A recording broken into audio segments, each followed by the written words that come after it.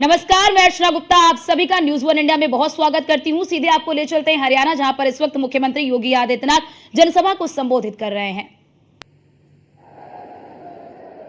अयोध्या में प्रभु रामलला का फिर से विराजमान होना 5 सदी की यानी 500 वर्षों की सबसे बड़ी घटना है। बहनों भाइयों, मुगलों ने आक्रमण किया, हमारे तीर्थों को पवित्र किया, हमारे मंदिर तोड़े गए, मूर्तियां खंडित हुई, अंग्रेजों ने फूट डालो राज करो की नीति के तहत देश की एकता को खंडित करने का भरसक प्रयास किया।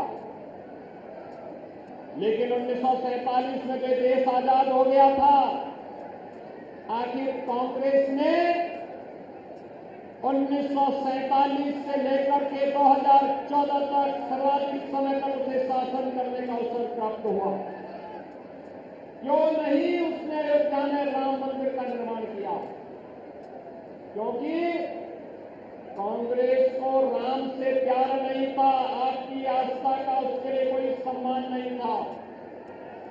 कांग्रेस को केवल और केवल वोट बैंक की राजनीति करनी थी, आपकी आस्था के साथ खिलवाड़ कर रही थी।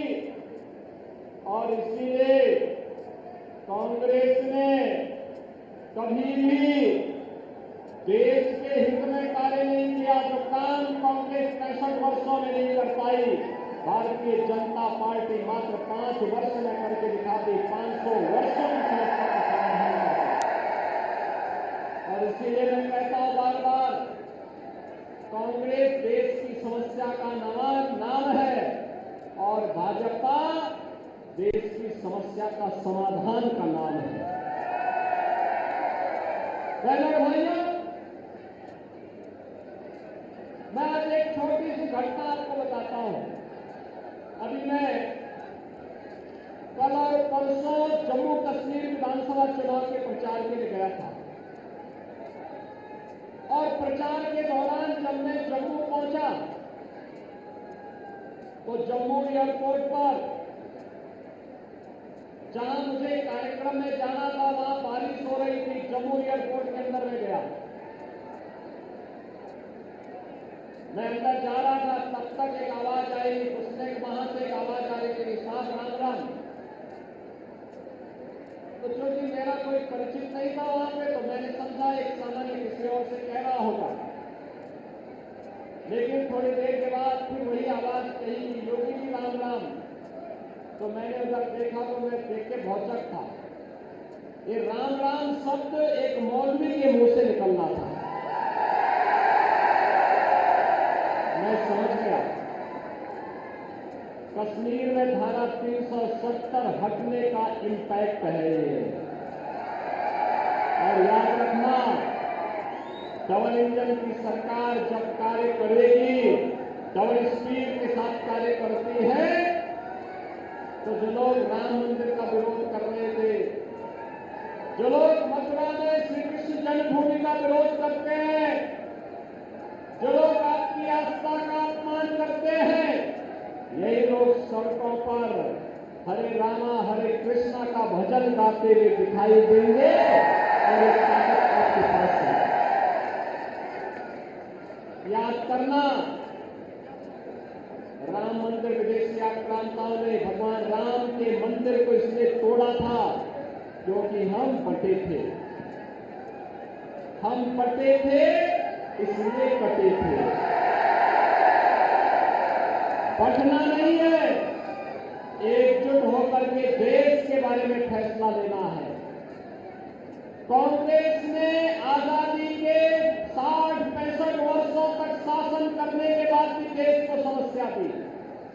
आतंकवाद की समस्या हो, नक्सलवाद की समस्या हो, उग्रवाद की समस्या हो, भ्रष्टाचार की हो, जातिवाद का हो, क्षेत्रवाद का हो, भाषावाद का हो या परिवारवाद का, ये जितनी भी समस्याएं दी हैं, ये कांग्रेस ने की है। कांग्रेस समस्या दे रही हो देश को, बहनों और भाइयों, जब ये देश आज प्रधानमंत्री मोदी जी के नेतृत्व में एक भारत श्रेष्ठ भारत की परिकल्पना को साकार करने के लिए आगे बढ़ रहा है, उन स्थितियों में हमें इस कांग्रेस को जो समस्या का नाम है, इसको स्वीकार नहीं करना चाहिए, इसको बर्दाश्त नहीं करना चाहिए। ये लोग लड़ाएंगे आपस में। कांग्रेस के नेता श्री राहुल गांधी की कार्यक्रमों को और उनकी नीतियों को आपने देखा होगा, कैसे वहां जब भारत के अंदर रहते हैं, यूपी में आएंगे तो हरियाणा की बुराई करेंगे, केरल में जाएंगे तो यूपी की बुराई करेंगे, और जब भारत के बाहर जाएंगे तो भारत की बुराई करेंगे। जब देश में संकट आता है तब भारत की 140 करोड़ की आबादी उन्हें नहीं दिखाई देती। जब देश संकट में होता है तो इन्हें इटली में नानी याद आती है, तब भारत याद नहीं आता है। और इसलिए बहनों और भाइयों, जो संकट में आपका साथी नहीं, वो आपका सच्चा साथी नहीं। एक तरफ समस्या देने वाली कांग्रेस और दूसरी तरफ समाधान देने वाली बीजेपी। याद करिए, प्रधानमंत्री मोदी जी ने आतंकवाद की जो समस्या थी, कश्मीर की धारा 370 सदैव के लिए समाप्त कर दिया, और हरियाणा के जवानों ने तो देश की सीमा में रह करके लगातार देश की सीमाओं की सुरक्षा की है। सुदृढ़ दीवार के रूप में खड़े होकर के अपना बलिदान देकर के देश की सीमाओं के साथ दुश्मन को खिलवाड़ करने की कोई छूट नहीं थी। ये हरियाणा, जिसका अपना गौरवशाली इतिहास हो, वहां के नौजवानों को इस बात को समझना होगा कि कांग्रेस के लड़ाने वाली, बांटने वाली रणनीति ये देश के हित में नहीं है, युवाओं के हित में नहीं है। मोदी जी ने 2014 में आने के बाद एक ही नारा दिया था, और वह नारा दिया था जब उन्हें पत्रकारों ने पूछा कि देश के विकास के लिए आपका रोडमैप क्या है, उन्होंने कहा, एक शब्द में उन्होंने कहा, सबका साथ और सबका विकास का। बहनों भाइयों, 1947 में भारत आजाद हुआ, लेकिन आजाद होने के एक दिन पहले देश का दुर्भाग्यपूर्ण विभाजन भी हुआ। एक दिन पहले विभाजन भी हुआ। पाकिस्तान में आबादी गई कम, लेकिन क्षेत्रफल गया ज्यादा। परिणाम क्या था? पाकिस्तान को ज्यादा उन्नति करनी चाहिए थी, लेकिन नहीं। आज पाकिस्तान के अंदर एक जून रोटी के लिए लोग कटोरा लेकर के भीख मांगने के लिए मजबूर हैं। रोटी नसीब नहीं हो रही है, आतंकवाद की चपेट में है। लेकिन भारत प्रधानमंत्री मोदी जी के नेतृत्व में 80 करोड़ लोगों को फ्री में राशन की सुविधा का लाभ दे रहा है।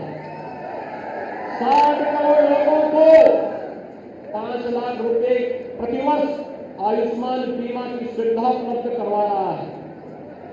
भारत 12 करोड़ किसानों को किसान सम्मान निधि का लाभ दे रहा है। 12 करोड़ गरीबों के घर में शौचालय बनाने का काम कर रहा है। 10 करोड़ गरीबों के घर में उज्ज्वला योजना का कनेक्शन पहुंचा रहा है। 4 करोड़ गरीबों के मकान बना रहा है। ये नया भारत है। हाईवे भी है, रेलवे भी है, मेट्रो भी है, आईआईटी भी है, आईआईएम भी है, एनआईटी भी है, एम्स भी बन रहे हैं, वन डिस्ट्रिक्ट मेडिकल कॉलेज भी बन रहा है। हर घर नल की योजना भी आपके घर तक शुद्ध पेयजल पहुंचाने के लिए लागू हो रही है। विकास भी है, लोक कल्याण भी है, और विरासत अयोध्या में रामलला का भव्य मंदिर का निर्माण हो गया। मथुरा वृंदावन को भी हम सजाने का काम करना शुरू कर दिए हैं। शाकंभरी देवी मंदिर का भी भव्य स्वरूप आने वाला है। और बहनों और भाइयों, करतारपुर साहिब में भी अगर आप जाएंगे, कॉरिडोर का निर्माण हो चुका है, ये भी हो चुका है। याद करिए, बाल दिवस की जब बात आती थी तो कांग्रेस ने अपने यानी पंडित नेहरू के जन्मदिन को बाल दिवस के रूप में मनाया।